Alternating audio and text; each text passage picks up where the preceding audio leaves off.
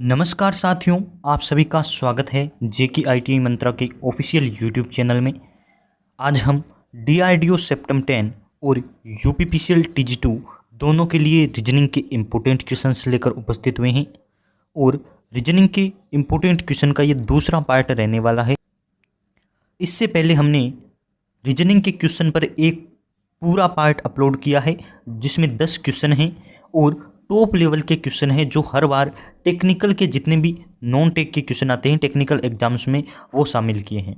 Previous year के question paper हमने UPPCL टीजी2 के 2021 के उठाए हैं और उनमें जो यूपीपीसीएल टीजी2 में रीजनिंग, मैथ्स और इंग्लिश, हिंदी के जो क्वेश्चन पूछे जा रहे हैं उन्हीं में से हम वीडियो लेकर उपस्थित हो रहे हैं। तो एक तरीके से आप कह सकते हैं ये प्रीवियस ईयर के क्वेश्चन पेपर है जो बार बार परीक्षा में पूछे जाते हैं। क्वेश्चन चेंज हो सकता है, उसकी जो संख्या होती है वो चेंज हो सकती है, लेकिन पैटर्न सेम रहता है। तो आपको फॉलो करना है, इन क्वेश्चन को किस प्रकार से सोल्व करते हैं वो आपको सीखना है ताकि कोई भी संख्या दे, किसी भी प्रकार का क्वेश्चन दे, आप पूरी तरह से कर सकें। चलिए शुरू करते हैं। यदि चैनल पर पहली बार आए हैं तो इसे सब्सक्राइब कर लीजिए क्योंकि हम आपके लिए रेगुलर इसी प्रकार की वीडियोज लेकर उपस्थित होते रहते हैं। तो आज आपके सामने पहला क्वेश्चन है, यदि एक दर्पण को MN रेखा पर रखा जाए तो दी गई उत्तर आकृतियों में से कौन सी आकृति प्रश्न आकृति का सही प्रतिबिंब बनेगी। तो इस क्वेश्चन को समझने के लिए आपको कोई ज़्यादा लॉजिक लगाने की आवश्यकता नहीं है। इसी प्रकार के नॉर्मल क्वेश्चन पूछेंगे जिससे आपके जो कितना सोच सकते हैं, आपकी एबिलिटी कितनी है सोचने की, वो जांच करते हैं। यदि हम डीआरडीओ की बात करें तो डीआरडीओ में आपके 10 क्वेश्चन आएंगे रीजनिंग के, वहीं यूपीपीसीएल टीजी2 में भी रीजनिंग शामिल है। तो दोनों में इसी प्रकार के क्वेश्चन पूछे जाते हैं जिससे आपका जनरल जो सोचने की क्षमता है उसकी जांच की जाती है। मेन तो जो आपका है वह टेक्निकल ही है, यदि टेक्निकल मजबूत है तो आपका सिलेक्शन पक्का है। रीजनिंग और मैथ में तो बस 10th लेवल के क्वेश्चन आते हैं। तो आप देख सकते हैं इस क्वेश्चन में कहा है ये MN रेखा है, इस पर एक उत्तर आकृति बनानी है। तो आपको देखना है किस प्रकार से। आपको कहा गया है दर्पण, तो आपको पता है जब भी दर्पण होता है तो उसमें जो आपका राइट पोर्शन होता है वो लेफ्ट दिखाई देता है और लेफ्ट राइट हो जाता है, यानी कि चेंज हो जाते हैं। तो वहीं आपको देखना है कि जो ये इस प्रकार से बना हुआ आकृति है इसे आपको इसी प्रकार से बनाना है। इसमें जो राइट दे रखा है वो लेफ्ट हो जाएगा। तो ये इस प्रकार की आकृति आपको इसमें दिखाई दे रही है। ऑप्शन नंबर ए इसका सही आंसर होगा। यदि आप दर्पण के सामने जाकर देखते हैं तो इसी प्रकार का होगा। इसमें मान लीजिए ये आपका सर है, हेड है, तो हेड क्या नीचे होगा? नहीं, दर्पण के सामने नीचे नहीं होता। तो ये आपका सही आंसर ऑप्शन नंबर ए होगा जो आप देख रहे हैं। जो दूसरा आपके क्वेश्चन है, नीचे दी गई प्रश्न आकृति में या प्रश्न चिन्ह के स्थान पर कौन सी संख्या आएगी। तो इस प्रकार के क्वेश्चन एग्जाम में पूछे जा सकते हैं जिससे आपका जनरल मैथ या फिर जो आप कितना दिमाग लगा सकते हैं वो पूछा जाता है। ये वैसे तो मैथ के क्वेश्चन बन जाते हैं लेकिन जनरल रीजनिंग में इसी प्रकार के क्वेश्चन पूछे जाते हैं। आपको 3 या 4 अक्षर दे देते हैं, संख्या दे देते हैं, जिनमें से आपको एक ज्ञात करनी है। तो पैटर्न फॉलो करना है। जब भी आपको इस प्रकार की क्वेश्चन दे तो आपको देखना है कि पहले वाला जो है वो किस प्रकार से आया है। तो आप देखते हैं 9 का यदि हम स्क्वायर करते हैं तो आता है 81, और 81 को जब हम 2 से मल्टीप्लाई कर देते हैं तो आपका 162 आता है। तो आपको यही पैटर्न यहाँ फॉलो करना है। 8 का आपको स्क्वायर करना है तो आपके आएगा 8 का स्क्वायर होता है 64, और उसको 2 से मल्टीप्लाई करते हैं तो आपका ऑप्शन आता है 128। यहाँ राइट आंसर होगा। तो आप देख सकते हैं पहले वाले की संख्या का स्क्वायर करके जो आपके सामने आया है उसे 2 से मल्टीप्लाई किया है। तो हमने यही कॉन्सेप्ट यहाँ लगा दिया है कि 8 का स्क्वायर करके हमने जब भी मल्टीप्लाई किया तो आपका ऑप्शन नंबर सी इसका सही आंसर बना है। आपके सामने एक क्वेश्चन है अगला जिसमें लिखा है, यदि सितंबर का मान 54 है, जनवरी का मान आपको दे रखा है 42 और दिसंबर का मान आपको 48 दे रखा है, तो आपको अगस्त का मान देखना है। तो इसमें आप करने लगते हैं काउंट करते हैं कितने अक्षर है। तो यही आपको कॉन्सेप्ट करना है। सितंबर में जब आप काउंट करेंगे कि 1 2 3 4 5 6 7 8 9, यानी कि सितंबर में आप कह सकते हैं 9 अक्षर है, और 9 को जब हमने 6 से मल्टीप्लाई किया तो आपके सामने 54 आया। इसी प्रकार से आप जनवरी में ये कॉन्सेप्ट फॉलो कीजिए। 1 2 3 4 5 6 7 है, और 7 को जब आपने 6 से मल्टीप्लाई किया तो 42 आया। इसी प्रकार से आपको दिसंबर में दे रखा है 2 2 4 5 6 7 8। 8 को जब आपने 6 से मल्टीप्लाई किया तो 48 आया। यही आपको अगस्त में करना है। अगस्त में आप काउंट कर लीजिए कितने लेटर दिखाई दे रहे हैं, 1 2 3 4 5 6। तो 6 को आप 6 से मल्टीप्लाई करते हैं तो आपका 36 ऑप्शन बनता है। ऑप्शन नंबर डी इसका सही आंसर है। एक बार फिर से मैं इसे रिकॉल कर देता हूँ। जब आप सितंबर में अक्षर काउंट करेंगे तो सितंबर में आपके 9 अक्षर है और 9 को इसने 6 से मल्टीप्लाई करके 54 लिखा है। वहीं इसने जनवरी में जो लेटर है उन्हें काउंट किया है और 6 से मल्टीप्लाई की है, 42 आया है। तो आपको इसी प्रकार से अगस्त में जितने भी लेटर हैं यानी कि 6 लेटर है काउंट करना है, उन्हें 6 से मल्टीप्लाई करना है। आपका ऑप्शन नंबर डी इसका सही आंसर बनेगा। अगला आपके पास क्वेश्चन है, नीचे दी गई प्रश्न चिन्ह के स्थान पर कौन सी संख्या आएगी। तो आपको एक प्रश्न दिया है और इसमें एक क्वेश्चन मार्क चिन्ह दिया है, इसके स्थान पर कौन सी संख्या आएगी वो आपको बतानी है। तो आप देख सकते हैं यहाँ इसमें आपको क्या करना है, देख सकते हैं आप, इसने लिखा है 4/9, 4/9 और आपको ऊपर वाले का अलग सॉल्व करना है, नीचे वाले को अलग सॉल्यूशन इसमें करना है। तो पहले हम ऊपर वाले का कर लेते हैं। 4 को जब हम 2 से मल्टीप्लाई करते हैं तो 8 आता है और 8 में 1 ऐड करते हैं तो 9 आया है। तो इसी प्रकार से हम 9 को 2 से मल्टीप्लाई करेंगे, 18 और 18 में 1 जोड़ेंगे तो 19 आएगा। तो आपको 19 इस ऑप्शन में दिखाई दे रहा है। आप इस प्रकार से कर सकते हैं। आगे भी चेक कर लेते हैं क्या हमारा कॉन्सेप्ट सही है। तो हम 19 को जब 2 से मल्टीप्लाई करते हैं तो 32 आता है और 32 में 1 जोड़ने से हमारा 39 आ जाता है। यानी कि ऊपर हमारा कॉन्सेप्ट क्लियर है कि यदि हम इस संख्या को 2 से मल्टीप्लाई करके 1 ऐड कर देते हैं तो हमारी वो संख्या आ जाती है जिसकी हमें आवश्यकता है। जब हम नीचे इस कॉन्सेप्ट को फॉलो करते हैं तो नीचे आपके सामने कॉन्सेप्ट आता है कि 9 को इसने 2 से मल्टीप्लाई करके 2 ऐड किया है। 9 को 2 से मल्टीप्लाई करते हैं 18 आता है और 18 में इसने 2 ऐड किया है। तो आपको यही कॉन्सेप्ट लगाना है।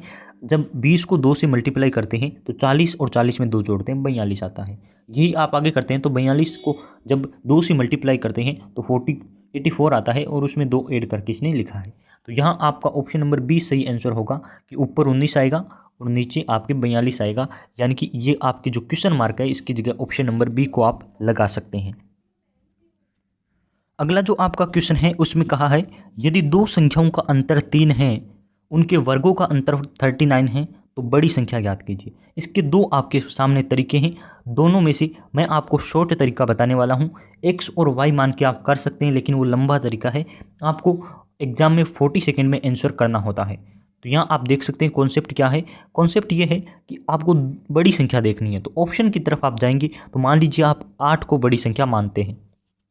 ऑप्शन से एक एक करके चेक कर लीजिए, जो राइट आंसर होगा उसे ही हम कहेंगे। तो हम बड़ी संख्या को 8 मान लेते हैं और 8 में से यदि हम 5 माइनस करते हैं तो अंतर हमारा 3 आता है। अब दूसरी लाइन आपको कहिए उनके वर्गों का योग, यानी कि इनके वर्गों का योग करना है, आपको अंतर करना है। 8 का हमें स्क्वायर करना है, -5 का स्क्वायर करना है और अंतर आपके 39 आना चाहिए। तो ये आप देखते हैं तो इसका आंसर होता है 64 - 25। जब आप अंतर करते हैं तो 39 आंसर आता है। यानी कि ऑप्शन ए ही आपका राइट आंसर है। आप चारों ऑप्शन को एक एक करके चेक कर सकते हैं, जिसमें ये कहीं भी लाइन सही सेट हो वही इसका आंसर होता है।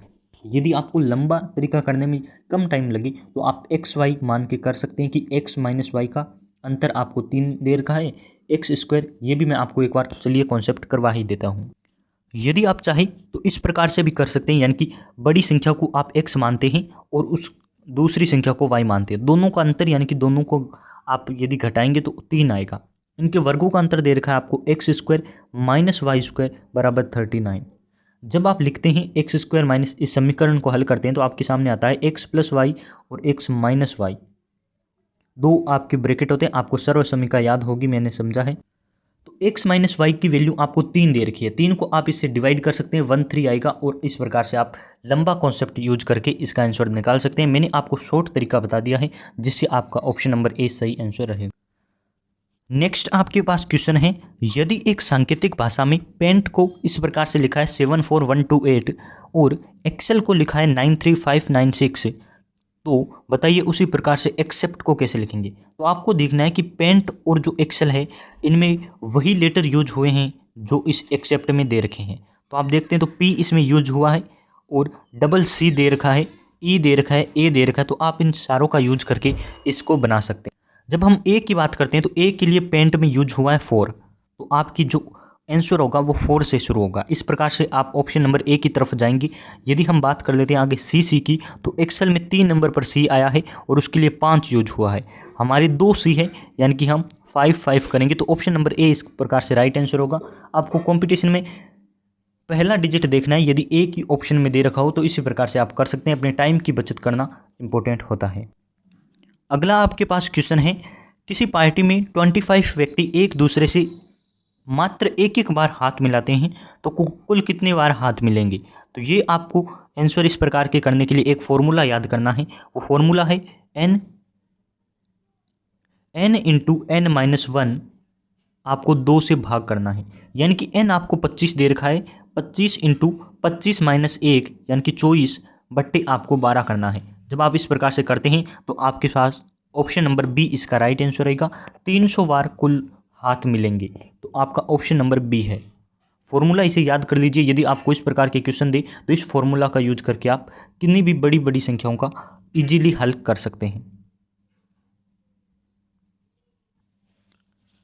लास्ट आपके पास क्वेश्चन है, एक चींटी 3 मीटर चलती है, फिर 4 मीटर ऊंचे वृक्ष पर चढ़ती है, अपने मूल स्थान से कितनी दूरी उसने तय की है। तो इसके लिए आपको 2 क्वेश्चन बनते हैं, दोनों ध्यान में रखना है।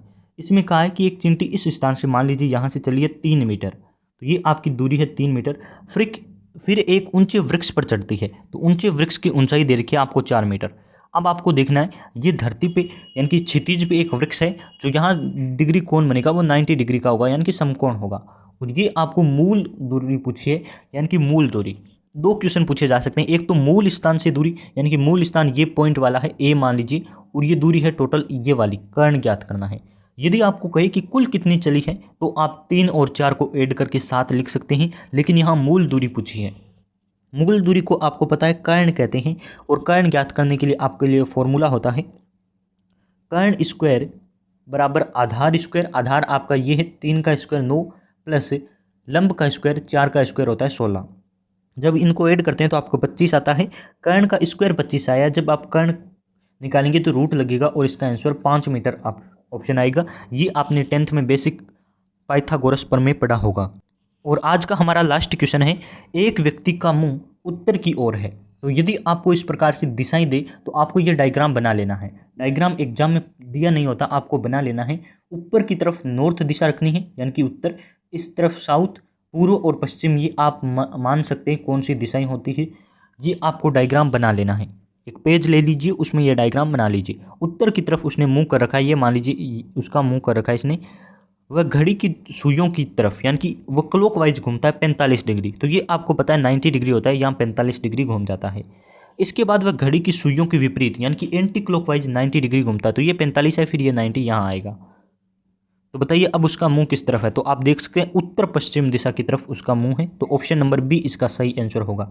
इस प्रकार से यदि आप ये डायग्राम बना के करते हैं तो इजीली आपका कॉन्सेप्ट क्लियर हो जाता है। इसी प्रकार के इंपॉर्टेंट वीडियोज के लिए हमारे चैनल को सब्सक्राइब और एक व्हाट्सएप ग्रुप में ज़रूर शेयर करें।